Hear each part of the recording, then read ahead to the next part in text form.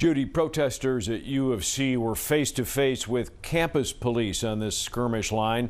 University of Chicago police officers, not City of Chicago police, as the university had apparently requested.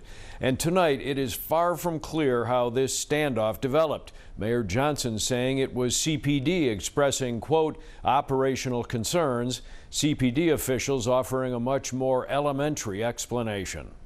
We're always ready to help out if there's violence, if there's some type of vandalism, or someone needs help. We're always going to step up when that's absolutely necessary. We will not stop, we will not rest. The I-team discussing this standoff between campus police and protesters at U of C with Chicago Police Superintendent Larry Snelling.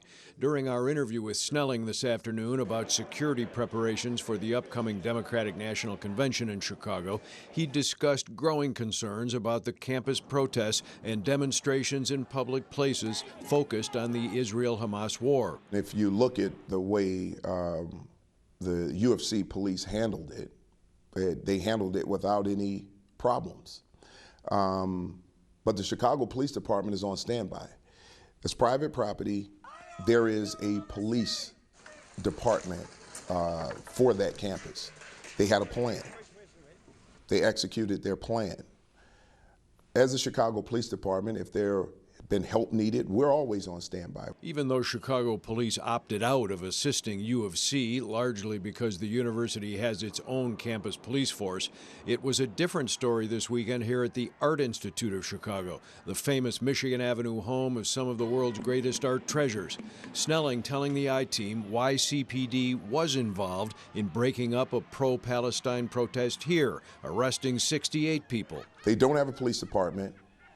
It's private property, and there was a complaint signed. So when we have complaints signed for trespassing, now we have a responsibility to make sure that we go in and do the jobs that we need to do to remove those people for trespassing.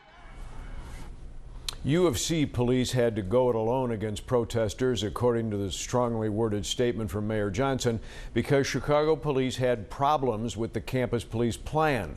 Johnson said bluntly that Chicago police were unwilling to participate in the protest shutdown.